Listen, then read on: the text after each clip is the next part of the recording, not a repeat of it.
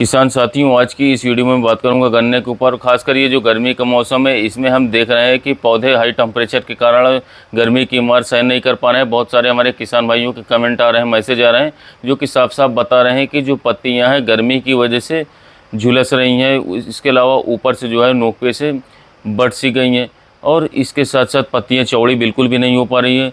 तो किसान भाइयों, मैं आपको इस विषय पर बिल्कुल भी समय वेस्ट ना करते हुए ये थोड़ा सा हम चर्चा ये करेंगे दोस्तों कि ऐसा हो क्यों रहा है और हमें क्या क्या करना चाहिए। जो कि ये बाज़ार में बहुत तरह तरह के जो प्रोडक्ट्स आ रहे हैं इस समय पर, जिनमें कि आप देखते होंगे कि भाई समुद्री शैवाल यानी कि सीवीड निर्मित खाद टॉनिक आ रहे हैं, फॉल्विक एसिड या अमीनो एसिड या माइक्रोन्यूट्रिएंट्स आ रहे हैं। क्या ये हमको डालने चाहिए या फिर नहीं डालने चाहिए? और दोस्तों, इसके साथ साथ डालने चाहिए तो कितनी मात्रा में डालने चाहिए, कब डालने चाहिए? इसके अलावा अगर हम बात करें तो देखिए, गन्ना बोने के 40 दिन बाद से करीब करीब हम ये मानते हैं कि जिसको हम कल्ले निकलना कहते हैं, वो वाली स्टेज शुरू हो जाती है। ये 40 दिन से लेकर के 120 दिन तक दोस्तों फिर ये अवस्था चलती रहती है। देखिए, मैं 365 दिन की बात कर रहा हूँ। तो ये अवस्था जो है जब 40 दिन से लेकर के 120 दिन तक दोस्तों चलती है। देखिए, इसी समय पर हम अपनी सारी खुदाई है, इसके साथ साथ अपने खेत को खरपतवार से फ्री रखना है और इसके साथ साथ पेस्ट की निगरानी रखनी है, यानी कि कीड़े की कीटों की निगरानी रखनी है। अगर कोई पोषक तत्व तो आपने नहीं दिया और उसके लक्षण दिखाता है तो उस पर अगर आपको जानकारी है तो आपको उसकी कमियों को पूरा करना है। बहुत ज़्यादा खर्च नहीं करना है। जो गन्ने की मोटाई, गन्ने की बढ़वार, गन्ने की पोइयों की दोस्तों जितनी भी बनेंगी, वो सब अब इन पर निर्भर ही करेगा। और कैसे निर्भर करेगा कि 120 दिन से लेकर के फिर 150 दिन का समय, जो एक महीने का है, जून जुलाई के आसपास आता है, जो ये समय चल रहा है दोस्तों। इस समय क्या होता है दोस्तों, जो स्टेबलाइजेशन होता है यानी कि स्थिरीकरण होता है, जितने कल्ले निकल रहे होते हैं इस समय पर, अब उसमें से 40-50% ही हमारे जो हैं पेड़ में रह जाएंगे। ये एक नॉर्मल, एक सामान्य प्रक्रिया होती है। इसमें कोई घबराने की बात बिल्कुल भी नहीं है, क्योंकि जितने बच जाएंगे अगर उनको भी हम मिले लेवल के यानी कि दोस्तों जो मिल में जाने योग्य गन्ने अच्छे स्वस्थ मोटे बना लें, तो अब बहुत अपना उत्पादन बढ़ा ले जाएंगे। तो इसीलिए कहा जाता है कि अब इसके बाद हमें कल्ले नहीं चाहिए। कल्ले नहीं चाहिए तो मिट्टी चढ़ा दी जाती है कोई खाद दे करके, और उस खाद में चाहे तो डीएपी और पोटाश ले लिया जाता है, चाहे कैल्शियम नाइट्रेट ले लिया जाता है बरसात के आसपास। क्योंकि हमारे पास लास्ट मौका है, लास्ट टाइम होता है मिट्टी चढ़ाते वक्त, और उसमें दोनों काम हो जाते हैं। फालतू कल्ले की अभी हम नहीं चाहिए तो वो भी हम ढक देते हैं। और देखिए, ये जो समय होता है, हमें क्या चाहिए किसान भाइयों, जितना हम पत्ती को हरा भरा रख पाए। अब पत्ती हरा रखने से हमें कौन कौन रोकेगा? पत्ती हरा रखने से हमें कीट रोकेंगे दोस्तों, बीमारी रोकेगी। इसके अलावा पोकोबोइन जैसी खतरनाक फंगस जनित बीमारी रोकेगी। इसके अलावा जानकारी के अभाव से आपने खरपतवार नाशक का स्प्रे कर दी, उससे पीलापन आ जाएगा। अगर आपने खेत में पानी भराव ज़्यादा कर दिया तब भी पीलापन आ जाएगा, क्योंकि मिट्टी के छेद बंद हो जाएंगे और कुछ दिन के लिए आपके नीचे से सप्लाई नहीं मिलेगी, तब भी पीलापन आ जाएगा। या फिर कम पानी खेतों में दे दिए, उससे भी दिक्कत आ जाएगी। या फिर कभी कभी क्या होता है दोस्तों कि जैसे 0238 वैरायटी आपने देखा होगा कि जून के आसपास उसकी तीसरी पत्ती जो है अपने आप ही सूख जाती है ऊपर से नीचे तक। तो उसका वो वैरायटी कैरेक्टर है, वो ये भी आपको जानना चाहिए। तभी आप सोचें कि भाई ये तो कुछ एक पत्ती ऐसे पीली हुई है, तो बाकी पत्ती अगर हरी भरी है, एक ही पीली हुई है अमूमन तीसरी पत्ती, तो वो 0238 का वैराइटिकल कैरेक्टर है और हमारे क्षेत्रों में दोस्तों है। क्योंकि 0238 ज़्यादा है तो आपको जानना भी ज़रूरी है, तो इसमें कोई घबराने की बात नहीं है।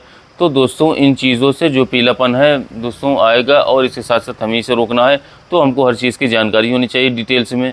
लेकिन दोस्तों, इन सब कामों को तो हम कर सकते हैं, लेकिन कुछ ऐसे काम होते हैं दोस्तों जहाँ पर हमारी मजबूरी बन जाती है।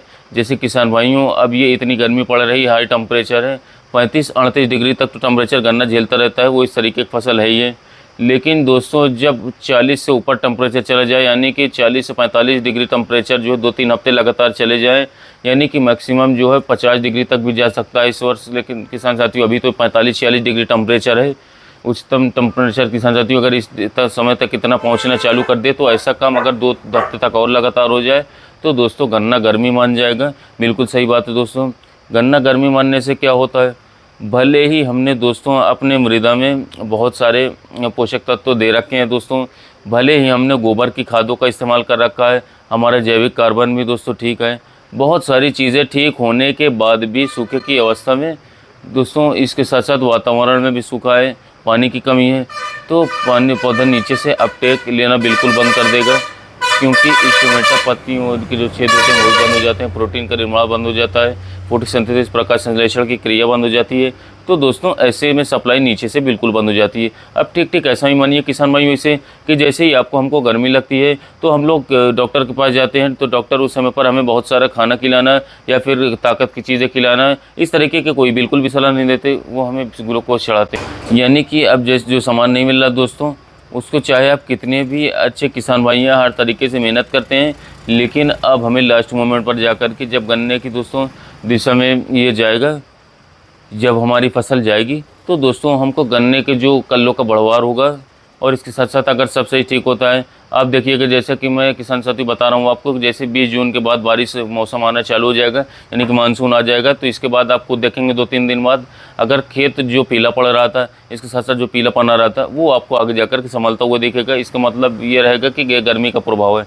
लेकिन आप किसान साथियों देखेंगे कि अगर आगे जाकर के कहीं बारिश लंबी खींचेगी तो एक स्प्रे आप 15 दिन के अंतराल पर 2 स्प्रे आप करने में ऐसे उत्पादों के कोई हर्ज बिल्कुल भी नहीं दोस्तों। देखिए उन किसानों के लिए मैं कह रहा हूँ जो कि बिल्कुल मान रहा हूँ कि लागत है, हमें बाहर से प्रोडक्ट्स नहीं डालने चाहिए, लेकिन क्या करें, मजबूरी है, यानी कि छोटा सा खर्च करके लेकिन सही समय पर दोस्तों हम अपनी फसल को अच्छे इनेबल कैंस की तरफ ले जा सकते हैं।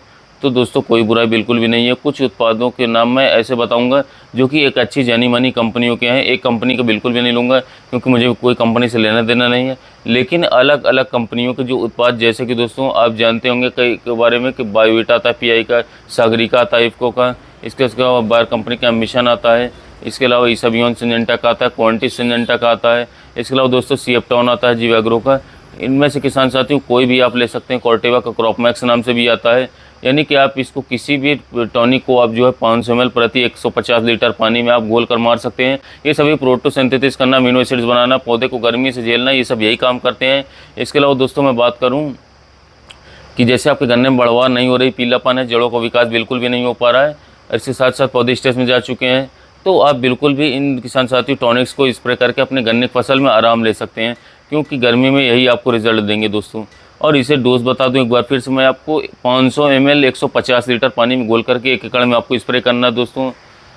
तो दोस्तों आपको इस बात का ध्यान देना होगा, क्योंकि यही टॉनिक्स जो है आपको ब्रांडेड लेना है। अगर आप डुप्लीकेट लेंगे तो आपको बिल्कुल भी रिजल्ट देखने को नहीं मिलेगा, तो आपको ब्रांडेड कंपनी का ही टॉनिक लेना है, कोई सी भी ब्रांडेड कंपनी का आप लें। और इसके साथ किसान साथियों दोस्तों प्रति एकड़ 1 किलोग्राम NPK 20-20-20 जो कि एरिस का माइक्रोफर्ट नाम से भी आता है, बहुत ही अच्छी कंपनी का आता है NPK 20-20-20, बहुत अच्छा रिजल्ट रहता है उसका, उसको आप लेकर के अपने गन्ने की फसल में स्प्रे लगा सकते हैं। इन चीज़ों का आप सुबह के टाइम या फिर शाम के समय स्प्रे कीजिए, और साथ में दोस्तों सिलिकॉन बेस्ड स्टिकर जो आता है उसे ज़रूर मिला दीजिए, जिससे कि दोस्तों आपने जो ये खर्चा किया, मान लिए 500 रुपये का, 1000 रुपये का, और उसमें 50-100 रुपये का खर्चा मिक्स करके और पूरा का पूरा फ़ायदा लंबे समय तक आप ले पाएंगे, फ़ायदा अच्छा है।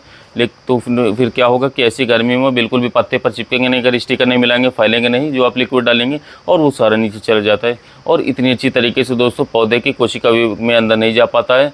इसका हम किसान साथियों करेंगे आप, और फिर वेट कीजिए। अगर किसान साथियों बारिश आगे जाकर के समय पे हो जाती है, जैसे कि 20 जून के बाद मानसून बताया गया है, तो 15 दिन के बाद मत कीजिए स्प्रे, नहीं तो एक बार और स्प्रे कर दीजिए। फिर जैसे दोस्तों आपके मौसम ठीक हो जाएंगे, सुधार की तरफ होगा, बारिश आएगी, तो दोस्तों आप अपनी फसल पर जो है आखिरी खाद के रूप में कुछ और दानेदार चीज़ जो जैसे कि मैंने कैल्शियम नाइट्रेट की बात की, या फिर कैल्बोर है, या फिर यारामिला कॉम्प्लेक्स है, और भी किसान साथियों हैं, इसके बारे में कुछ अगला वीडियो बना दूंगा, आप डाल सकते हैं। इस तरीके की जानकारी लेकर किसान साथियों मैं फिर आऊँगा। इसके साथ साथ वीडियो अच्छा लगा हो तो चैनल को सब्सक्राइब कर दीजिएगा, वीडियो को लाइक करिएगा, दूसरे किसान भाइयों तक जानकारी अच्छी लगे तो शेयर करिएगा, जिससे कि उनको भी ये जानकारी मिल सके। तो दोस्तों मिलते हैं नए वीडियो में नए टॉपिक के साथ।